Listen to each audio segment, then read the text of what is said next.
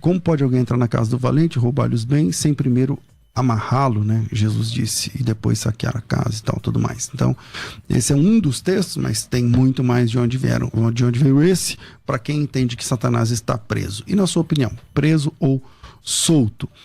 Hoje, pela primeira vez no programa, estou recebendo aqui o pastor Tiago Neruzzi. Ele é pastor auxiliar na Igreja Presbiteriana Alto da Lapa, tem mestrado em teologia, tem pós-graduação em teologia e interpretação bíblica, também tem pós-graduação em teologia sistemática, tem pós-graduação em teologia bíblica, em exposição bíblica, e também tem pós-graduação em história do cristianismo e do pensamento cristão, e também em educação clássica. É pós-graduando em história antiga, medieval e moderna, e também está fazendo pós-graduação em história do Brasil. O negócio dele é se formar em pós-graduação. Caramba, é muita formação, glória a Deus. Reverendo Tiago, ele serve na Igreja Presbiteriana Alto da Lapa, como eu falei. Bem-vindo aqui pela primeira vez à nossa mesa de debates. Muito obrigado, é um prazer aqui, de alguma forma, contribuir com o reino, com a reflexão teológica, e agradeço o convite. Legal. Com a gente também, eu acho que é a segunda vez aqui no debate, pastor Vanderlei Carvalho, da Igreja Evangélica Luz do Conhecimento, em Goiânia, é professor de teologia pelo CETEL, Centro de Estudos Teológicos Brasileiro, é bacharelado em teologia, tem licenciatura em filosofia, tem pós-graduação em docência superior e autor de vários livros, dentre eles Aprenda a Pregar com Excelência, Frei Tito, um mártir da ditadura, e Messianismo na História do Brasil. Bem-vindo mais uma vez à nossa mesa de debates, pastor Vanderlei. Bom te receber. Muita paz, pastor César Cavalcante, satisfação poder revê-lo. Amém. Já quero aqui fazer um registro, agradecer ao senhor pela indicação no Vejam Só. Hoje, legal, logo mais estaremos gravando o trabalho, deu tudo certo, será uma bênção. Também satisfação conhecer o reverendo, um homem muito elegante. Meu microfone está cortando um pouco. Um homem elegante, conversamos um pouco ali atrás, a posição será diferente, mas eu vi que é um bom calvinista. Verdade. Eu vou começar contigo. E aí, o diabo está preso ou solto? O que a sua versão, a sua visão da Bíblia diz a respeito? Rafa, dá para melhorar o ar e deixar mais geladinho aqui o estúdio, se puder? Vamos lá, pastor Vanderlei. O diabo está livre, leve e solto. Ele é o mesmo ontem, hoje e será eternamente no lago de fogo. Não é isso? Então nossa posição é essa. Ele é o mesmo de Gênesis 3 e o versículo 1, que enganou a Eva. Ele é o mesmo lá de Crônicas 21 e o versículo 1, que se levanta contra Israel. Veja o cenário atual. Ele é o mesmo de Jó 1, versículo 6, de onde vens de rodear a terra e passear por ela. Ele é o mesmo de Zacarias 3, versículo 1. Mostrou-me o sumo sacerdote Josué e Satanás estava à sua mão direita para se lhe opor. Ele é o mesmo que anda se opondo a nós até hoje. Ele é o mesmo do capítulo 4:1 de Mateus, que tenta Jesus no deserto e faz 3 propostas. Ele continua a fazer propostas nos dias de hoje. Ele é o mesmo lá do capítulo 13 de Lucas, que mantém uma mulher aprisionada por 18 anos e Cristo a liberta. E aí é que está o bom da Escritura Sagrada. Cristo nos deu esta ferramenta, este poder, o seu nome para expulsar demônios. O capítulo 9:1 do livro de Lucas diz: tendo Jesus convocado os 12, deu-lhes poder e autoridade sobre os espíritos imundos. Também lhes enviou a pregar o reino de Deus e a curar enfermos. O capítulo 16-17 de Marcos nos diz estes sinais. Marcos não tem capítulo 17. Capítulo 16, versículo 17 de Marcos diz: estes sinais seguirão os que creem.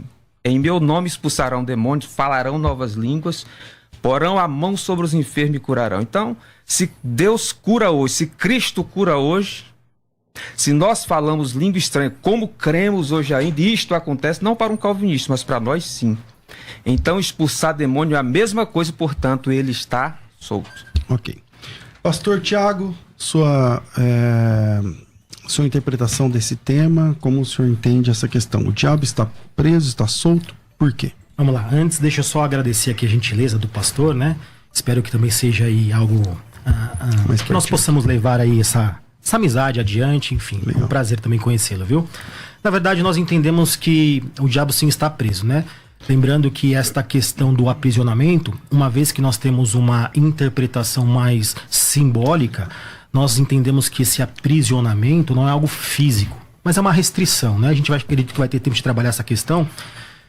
Mas antes mesmo de a gente debruçar no texto aqui proposto, eu acredito que a gente precisa dar um passo atrás, porque eu acredito que a maior divergência a respeito do de Apocalipse capítulo 20, que é o texto que vai falar de forma muito clara a questão do aprisionamento, né? São duas coisas, ou três coisas. A primeira delas é aquela questão da sucessão do capítulo 19 para o capítulo 20. Ali vai dar grande divergência. Então ali, primeiro a gente precisa, se der tempo, de a gente trabalhar essa questão, se ali é uma sucessão ou se ali é uma recapitulação. E uma segunda coisa, embora nós diverjamos nesse sentido, e eu creio que todos nós, a gente entende, independentemente da tradição teológica, que quando a Bíblia fala de últimos dias, ela está falando do reino. Aquilo que antecede o dia do Senhor. Então, nesse sentido, eu acredito que antes de a gente debruçar no texto, a gente precisa entender, à luz do texto bíblico, de toda a narrativa, o que é ou quando se origina ou quando se inaugura estes últimos dias. Por quê?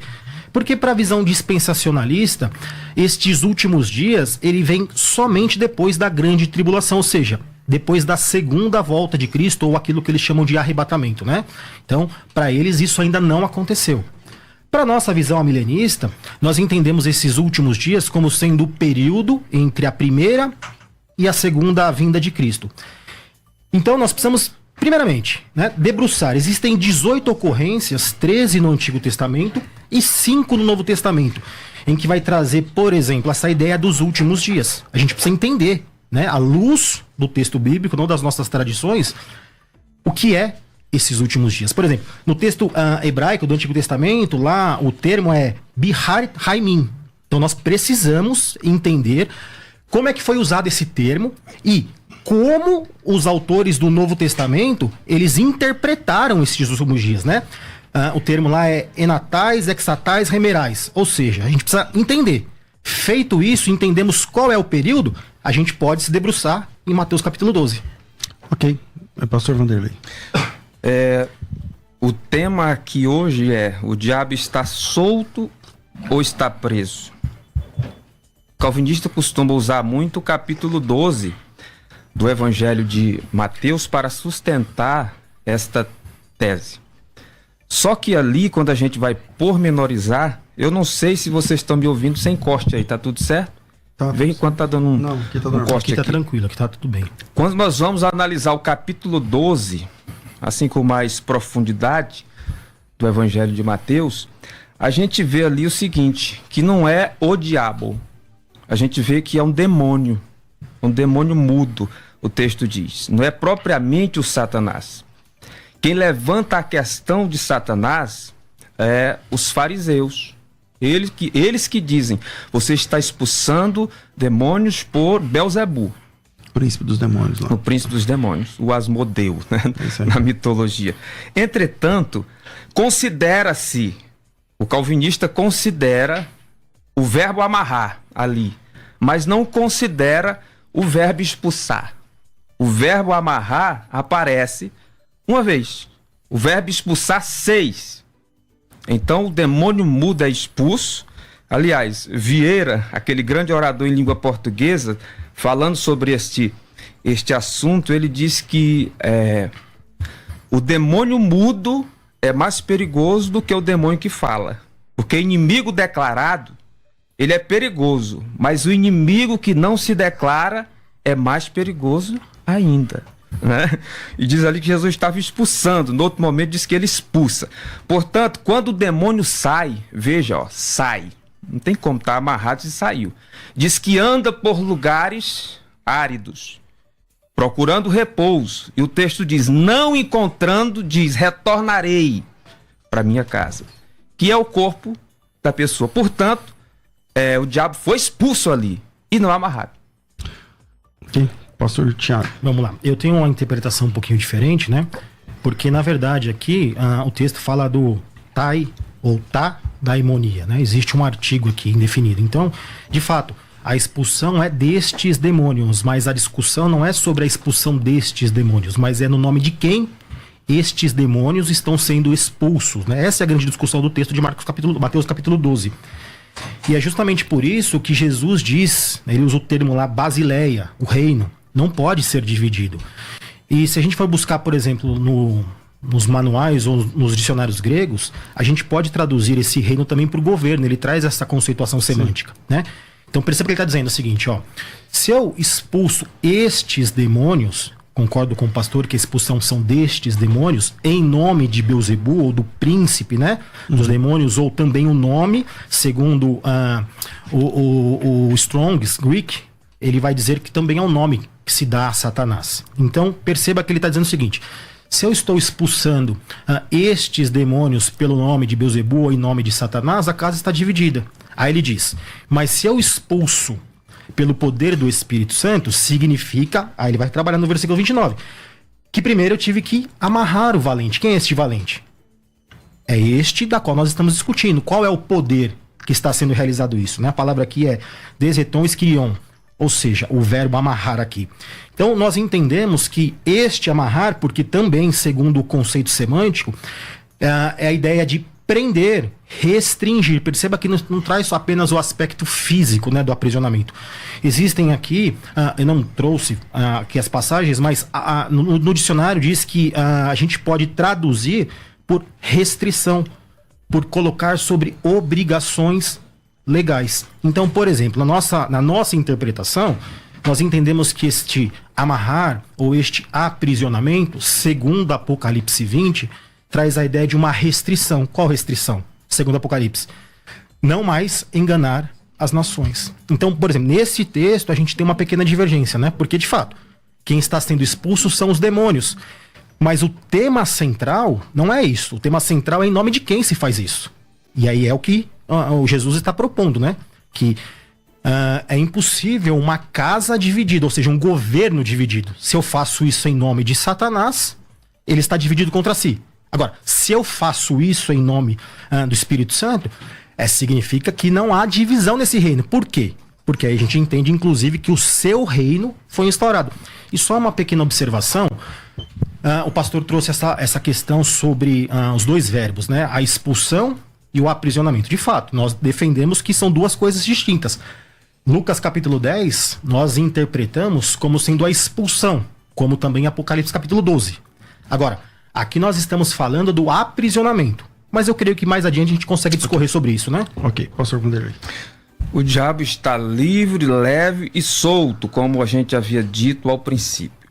Basta um olhar para a Escritura Sagrada e um olhar extra-bíblico e a gente vai constatar isto. No capítulo 5, deixa eu me embasar na Escritura, né? Depois a gente pode ir para o aspecto extra-bíblico. No capítulo 5, versículo 1 dos Atos dos Apóstolos, Pedro diz: Ananias, por que deixou Satanás encher teu coração para mentir ao Espírito Santo? Não mentistes a homem, mas a Deus. Mais adiante um pouco, capítulo 13, o versículo 6 ainda dos Atos, diz que Paulo, atravessando a ilha até Pafos, que fica em Chipre, hoje uma república, um país insular, diz que achou ali um falso profeta mágico chamado Bar Jesus. Veja o nome do homem, viu, reverendo César? A palavra Bar é o prefixo aramaico, quer dizer filho. Então, filho de Jesus, pode uma coisa dessas? Filho de Jesus. E ele estava resistindo a Paulo, se opondo a Paulo, quando este pregava ao procônsul Sérgio Paulo. Só que Paulo revela seu verdadeiro caráter, sua verdadeira identidade quando diz: olha, filho do diabo, agora sim acertou, cheio de todo engano e malícia, não cessas de perturbar os caminhos do Senhor? Eis a mão de Deus contra ti, ficará cego. Então o bicho está atuante, o bicho está solto. Quando a gente vai um pouco mais adiante, no capítulo 16 e o versículo 16 diz que Paulo procurava um lugar para a oração, ainda em Atos dos Apóstolos. E ele foi para a margem do ribeiro Gangites. fica lá em Filipos, na Macedônia. E uma jovem com espírito de adivinhação, uma vidente, uma pitonisa, foi atrás dizendo, primeira vez que eu vejo o diabo falar a verdade, esses homens são servos do Deus Altíssimo. Mas Paulo percebeu que por trás disso estava o encardido. É o que ele disse? Ó Satanás, deixe ela. E expulsou o demônio. Então o demônio teve um prejuízo ali, por causa disso Paulo foi preso. Então, mas você construiu uma ideia no começo, dizendo que uma coisa é o demônio, o diabo, outra coisa são os demônios, né? Uhum. Esses exemplos que você está falando são de demônios, né? Sim. Não exatamente de Satanás. Sim, mas quem é o que manda eles operar? Sim, mas a questão de um pode estar preso, outro solto, é possível. Então, mas eu entendi. Mas Vamos lá. primeira expressão que eu falei, porque deixou Satanás encher teu coração. Isso é verdade. E depois do capítulo 13, que eu citei o Bar Jesus, olha, filho do diabo, cheio de todo engano. É o diabo mesmo, tá certo. Vamos lá, pastor Tiago. Vamos lá, nós entendemos que esta restrição, esse aprisionamento que nós entendemos ser simbólico e espiritual, segundo Apocalipse 20, versículo 3, diz respeito ao não mais enganar as nações, né? Mas olha que interessante ou que curioso. Nessa perspectiva em que nós estamos trabalhando, que o diabo, o Satanás, ele está solto, nós não negamos no sentido da sua atuação. Por quê? Senão nós estaríamos ambos numa grande enrascada, tanto os amilenistas quanto os dispensacionalistas. Porque 1 Coríntios capítulo 15 diz o seguinte, né, a partir do versículo 20. Ele vai falar sobre a ressurreição de Cristo, em que ele é o primogênito da nova criação. Então ele diz assim, a partir do versículo 23. Cada um, porém, por sua ordem, Cristo, as primícias, depois os que são de Cristo na sua vinda. Então virá o fim. Perceba que ele vai discorrer agora esta trajetória até o fim. Então virá o fim quando ele entregar o reino ao Deus e Pai. Estamos diante de um reino. Quando houver destruído todo o principado, bem como toda a potestade e poder. Porque convém que ele reine até que haja posto todos os inimigos debaixo dos pés. O último inimigo a ser destruído é a morte. Então perceba que, independentemente de qual seja a interpretação, vamos falar da milenista, que nós entendemos que este é o período da igreja. Então esse texto, ele mostra que existem sim demônios atuando. Entretanto, aquela cegueira espiritual que impedia as conversões, ela já não mais existe. Inclusive nós estamos conseguindo propagar o evangelho, não no nosso poder, mas pela atuação do Espírito Santo. Vamos agora partir da hipótese de que isto aqui não se refira à era da igreja, mas se refira à era milenar, como entendem os dispensacionalistas.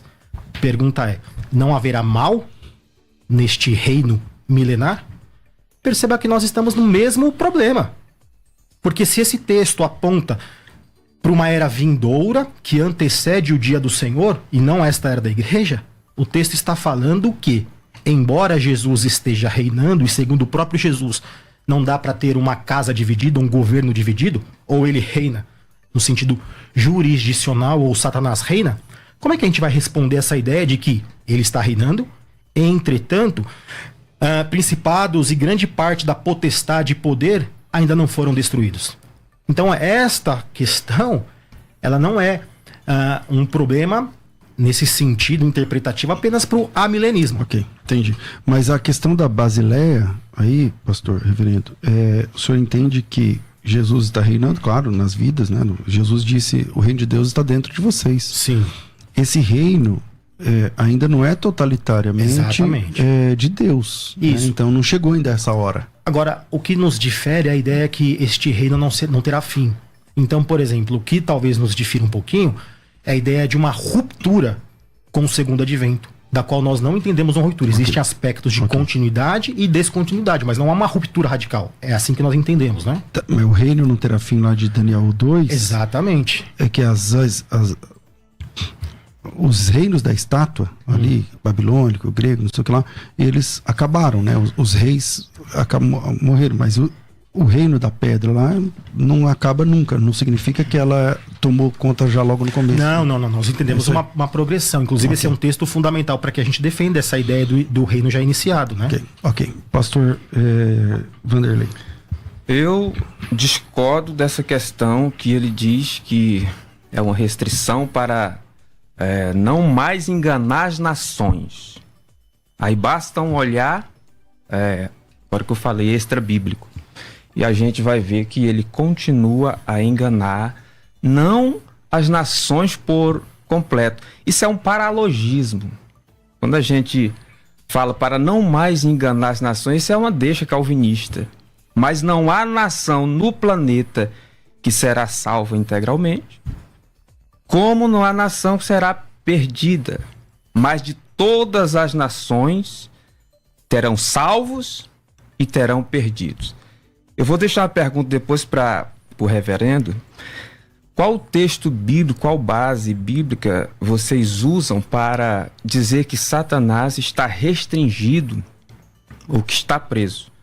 Porque se nós olharmos, veja, quem usou, assim em última instância, vamos colocar a mão do bicho pelo meio, quem usou Adolf Hitler para matar 6 milhões de judeus, contando aí com negros, depois com homossexuais, com deficientes, foi muito mais do que isso. Quem usou Stalin para matar de 7 a 17 milhões de pessoas? Será se foi só ele? É só a maldade humana? Não tem a mão do diabo? Porque em Hebreus, capítulo 2, versículo 14, diz que ele tem o império da morte. Ele tem o império da morte. E Benito Mussolini, que matou 500 mil pessoas. E olhando para o campo religioso, nós temos hoje, pastor César, 1 bilhão e 600 milhões de muçulmanos que gostam do Alá, do Maomé, e tem como regra o Alcorão e etc. Nós temos 900 bilhões, aliás, milhões, quase 1 bi de hinduístas. Adoram a quem? Nós temos 500 milhões de budistas. Será se não estão enganados essas pessoas? E aí quando a gente cai assim para a questão do espiritismo, eu até respeito muito o maior orador hoje do espiritismo, Divaldo Franco, se ele estiver nos ouvindo por um acaso, não é contra ele, né? Mas tem 15 milhões de espíritos no Brasil e 40 milhões de simpatizantes. Isso não está de acordo com os princípios de Jesus. Essas pessoas não estariam enganadas? Então eu admiro o Divaldo Franco, mas quando ele está dando uma palestra, ele incorpora Bezerra de Menezes ao vivo e Joana de Ângeles. Quem é isso? Não seria um engano? Ele está sendo enganado, enganando alguém? Eu vejo nesse sentido que o diabo está solto. E eu deixo essa pergunta ao reverendo: qual texto bíblico a gente pode se embasar para dizer que Satanás está restringido ou está preso? Tá, vamos lá. Pastor Tiago. Talvez a nossa divergência seja em relação ao momento em que se cumpre o texto que eu vou apresentar, tá? Mas o texto que nós fundamentamos essa ideia da restrição é muito claro em Apocalipse capítulo 20, em que ele vai dizer, né? Então vi descer do céu um anjo, tinha na mão a chave do abismo e uma grande corrente. Ele segurou o dragão, a antiga serpente, que é o diabo, Satanás, e o prendeu por 1000 anos. Lançou no abismo, fechou e pôs selo sobre ele, para que não mais enganasse as nações, até que se completasse os 1000 anos. Então, respondendo, né, a pergunta do pastor, é esse texto em que nós fundamentamos, porque nós entendemos que isto aponta para esta era, né? Mas um texto que eu acho interessante para que a gente reflita, independentemente de qual seja a linha teológica, é Lucas capítulo 10, né? O pastor tocou na temática sobre a diferença entre a expulsão e o aprisionamento. Lucas capítulo 10 diz assim, e é um texto que ajuda muito a gente a entender muita coisa. Ele diz assim, né, a partir do versículo 18. O contexto é aquele contexto em que lá no versículo 1, Jesus ele envia os 70 a uma missão, né, e eles voltam felizes, dizendo que os demônios se submetem ao seu nome. Então Jesus diz assim, nesse momento. Então Jesus lhe disse, eu via Satanás caindo do céu como um relâmpago. Eis que vos dei autoridade para pisar de serpentes e escorpiões e sobre todo o poder do inimigo, e nada, absolutamente nada vos causará dano. Não obstante, alegrai-vos não porque os espíritos vos submetem, e sim porque o vosso nome está rolado nos céus. Aqui nós entendemos que é neste exato momento não, mas é neste período em que Satanás é expulso, diferentemente, por exemplo, de uma interpretação que isso aconteceu no passado. Mas o que eu quero chamar a atenção é a questão do verbo utilizado aqui, né? Este primeiro verbo de ver, ele está na voz ativa, no modo indicativo do tempo imperfeito. O que isso significa de uma maneira muito simples? Que este verbo retrata uma ação como sendo um processo, não como sendo algo pontual. Então, ele está vendo algo que teve um início, entretanto, não foi plenamente consumado, tá? E por que é um processo? Porque o findar deste processo seria na cruz do Calvário, né? Mais um indício que estes eventos, quando diz respeito à área da escatologia, são eventos em que a gente precisa entendê-los no sentido simbólico, né? Então, e aqui tem um aspecto interessante, porque o segundo verbo, ele já não está no tempo imperfeito, mas ele está no auristo. O que isso significa? Aqui eu vou fazer uma citação, vou trazer um grande nome, né? Um gramático, Daniel B. Wallace. Ele diz o seguinte: quando o verbo secundário da frase está no auristo participial, está no particípio também, como é o caso aqui de cair, o tempo desse verbo deve ser considerado como sendo ou ocorrendo anteriormente ao tempo do verbo principal da frase, ou seja, do ver. Explico. O que o Wallace aqui está nos dizendo é que a queda de Satanás, né, o segundo verbo da frase, tem que ser considerado algo real, entretanto, acontecido anteriormente à própria visão. Isto aqui é gramática, nós não estamos trabalhando com disciplina, com teologia no sentido de tradição. Aí o senhor vai defender que o diabo, até o ministério de Jesus, ficava lá no céu? Exatamente. Mesmo sendo Satanás? Sim. Mesmo sendo opositor? Essa é a ideia que nós temos, por quê? Porque nossa interpretação, né? Que na encarnação de Jesus, segundo Apocalipse capítulo 12, depois a gente pode debruçar em cima dele, nós entendemos que a expulsão acontece neste momento. Por quê? Porque juridicamente a gente tem a questão da substituição penal, que muitas vezes a gente fala da justificação pela fé, mas não leva ou não se aprofunda nos aspectos jurídicos dessa justificação. Que o pastor Tiago coloca, lá com base em Lucas capítulo 10, a ideia de que Satanás, então, vivia no céu até agora, até 2000 anos atrás. Como funciona, pastor Vanderlei? Pastor César, hoje eu estou assim um pouco mais ameno, mais tranquilo, porque eu achei o pastor Tiago muito simpático. Muito obrigado. É uma benção. E foi recíproco, viu? Amém. Pessoa que dialoga, conversa, que demonstra cultivar também a humildade, isso é bom. Se fosse um daqueles calvinistas roxos, meio marruda, eu estaria um pouco mais valente. Entendeu? Mas uma coisa eu quero aqui discordar respeitosamente, é que Satanás nunca esteve no céu. A questão que Jerônimo, no século IV, inseriu na Vulgata Latina, a pedido do Papa Damaso I, tornou-se um mito. Essa queda é um mito, a queda do Lúcifer. Jerônimo, de modo arbitrário, colocou no lugar de estrela da manhã, Lucifero. Ele colocou lá o Lúcifer, é o transmissor de luz. Aí o pessoal aí que usa como base o capítulo 14, 12 de Isaías, depois usa Ezequiel 28, 13.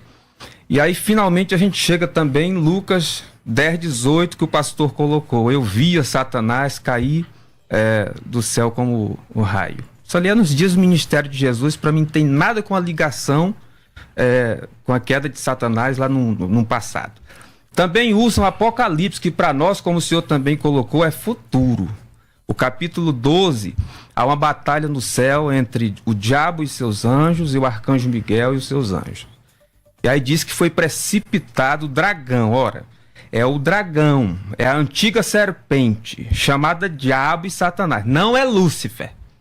Porque este é um mito criado em 387, quando Jerônimo estava traduzindo a pedido do Papa Damaso I a Bíblia do grego para o latim do Império Romano, e ele inseriu lá perto da Igreja da Natividade em Belém.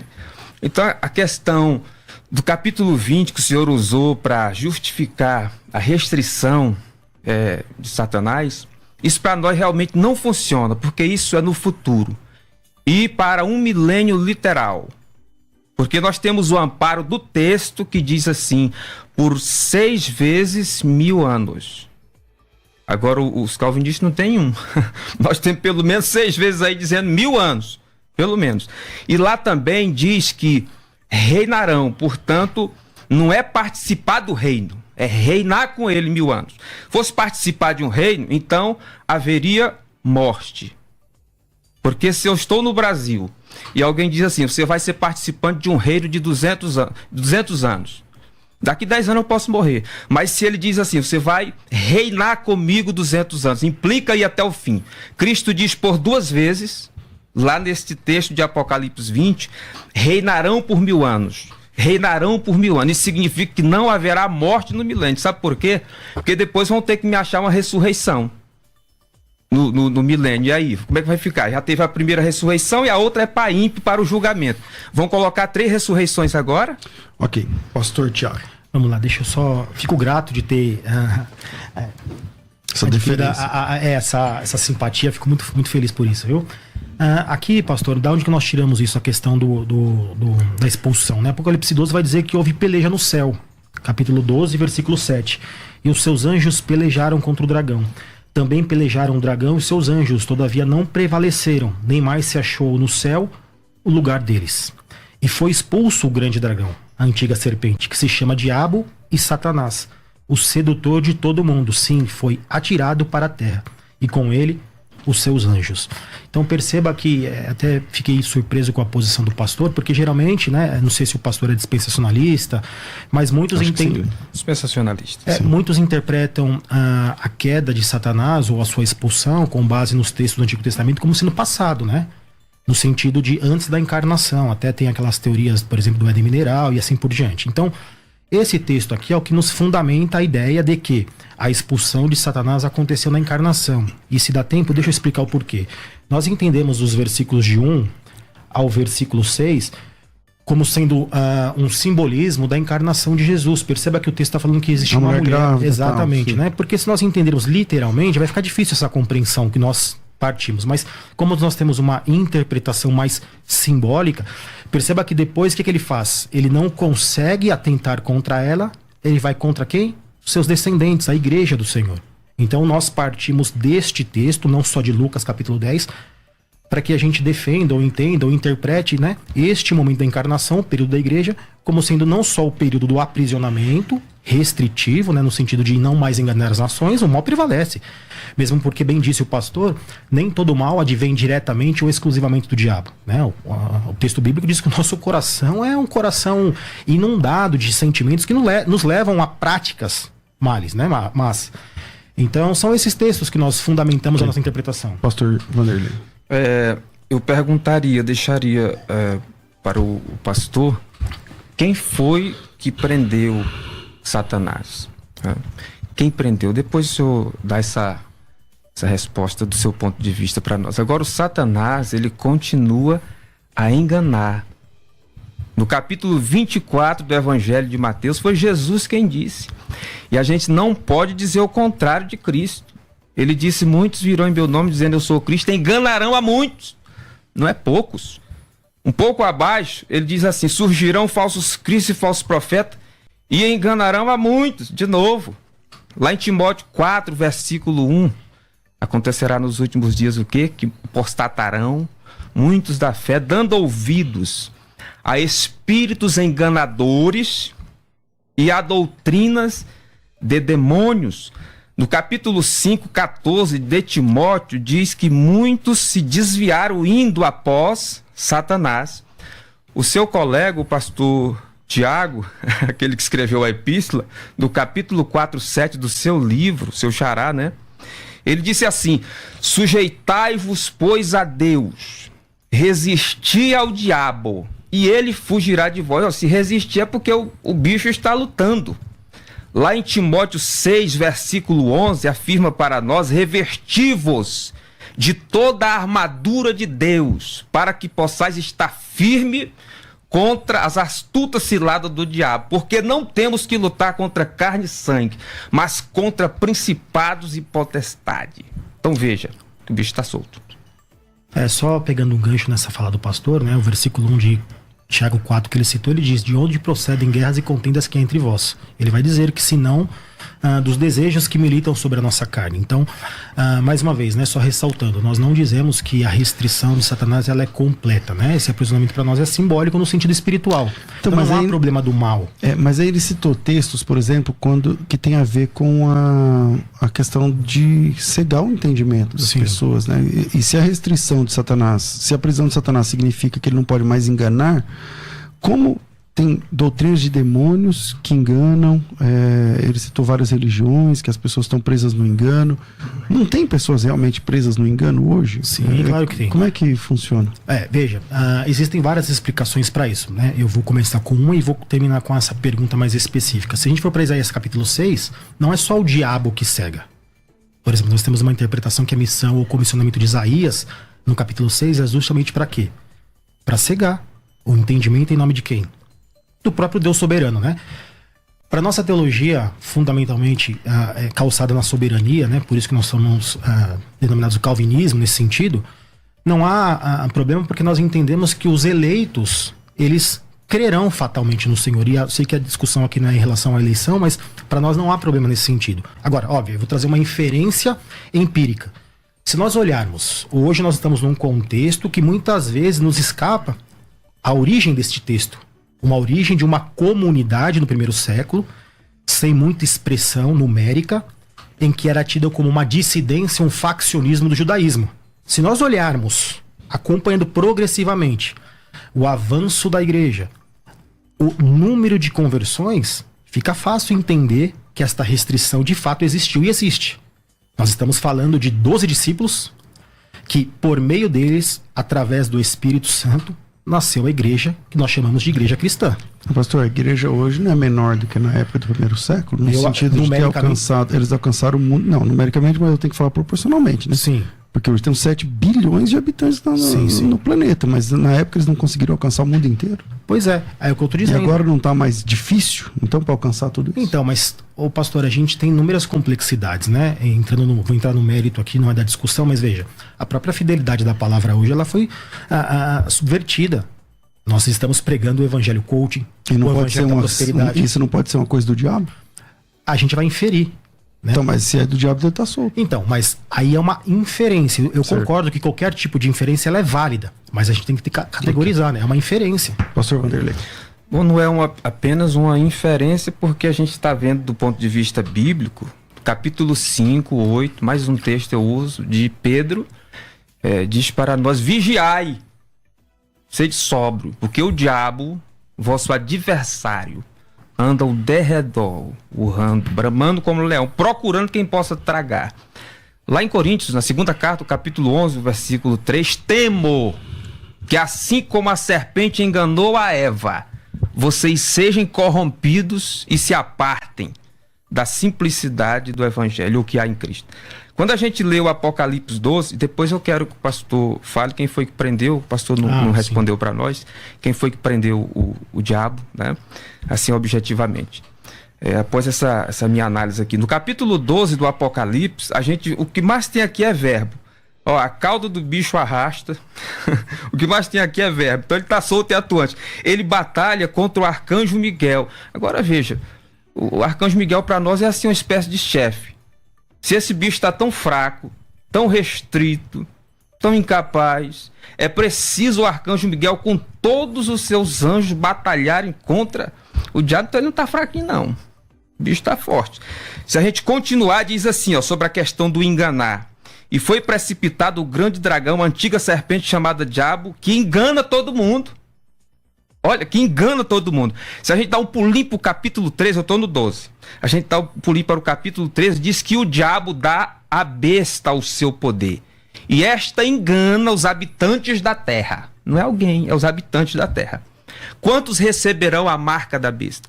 Quantos serão seduzidos por ela? Porventura, isso não é enganar? Mas bem disse, né?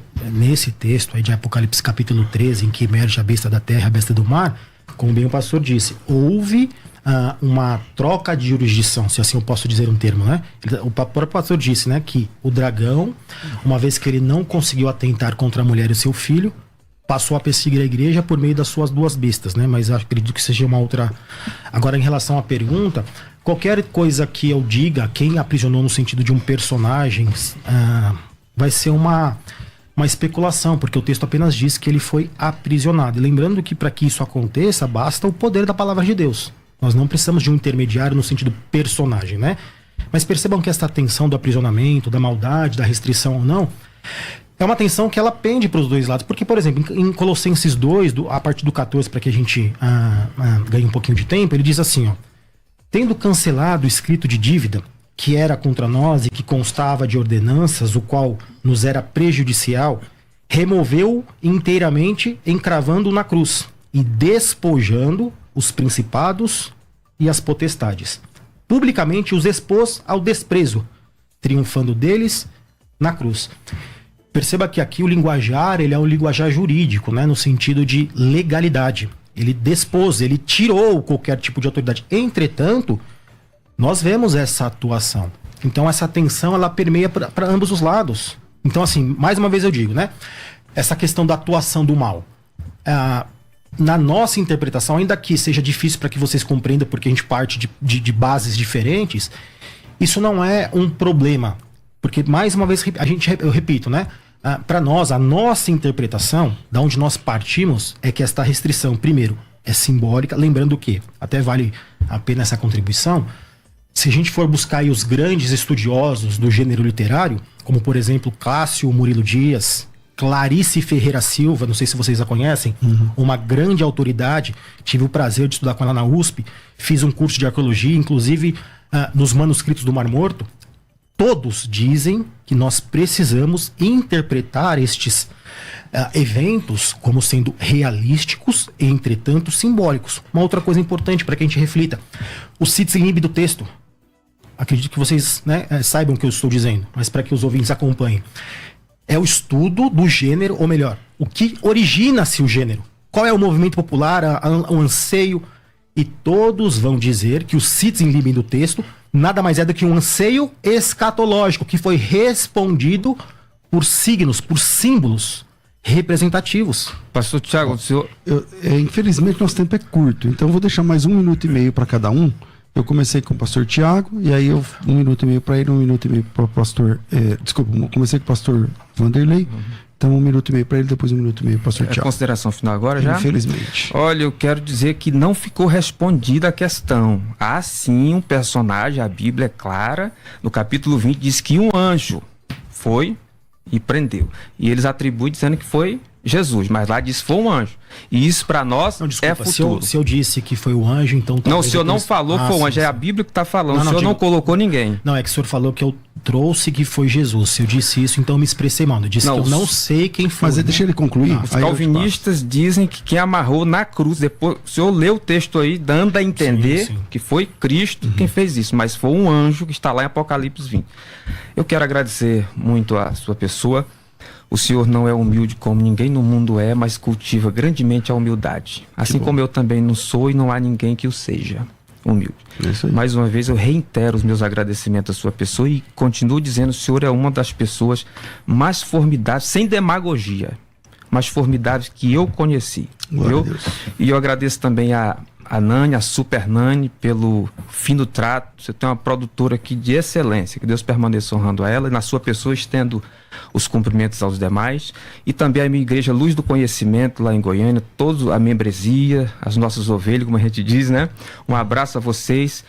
Vai lá no Jardim Nova Esperança, na igreja Luz do Conhecimento, nós estamos lá toda terça e aos domingos. Também agradeço o pastor Tiago e Deus permaneça honrando. Suas redes sociais, quem quiser te achar?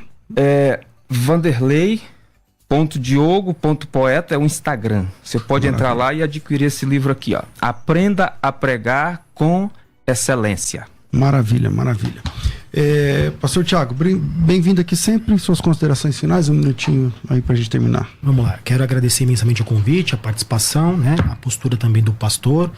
E quero dizer que o meu desejo, do fundo do meu coração, é que este debate promova, como eu já disse com o pastor, né, nos bastidores, uma união entre as denominações, entre as tradições, né? Digo que eu não sou um debatedor profissional, no sentido daqueles que carregam apologética na sua veia, mas por que eu aceito esses convites? Porque entendo que a minha postura no que diz respeito ao reino do evangelho pode promover esta união, né? Nós, infelizmente, por conta de tradições, criamos muros invisíveis que só fazem com que o reino perca.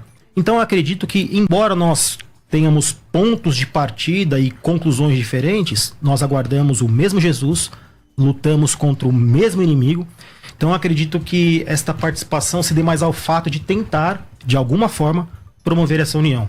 Então eu agradeço o convite, deixo meu abraço e as minhas redes, né? Posso deixar aqui? Por favor, já está aparecendo ali, mas eu queria que o senhor falasse. Eu queria também deixar Rev Thiago Naruzzi. Rev Thiago Naruzzi no Instagram. Isso, e também o @IP do Alto da Lapa, que é a igreja, né? Que eu pastoreio como auxiliar do reverendo Lucas. Aproveito para deixar um abraço para ele.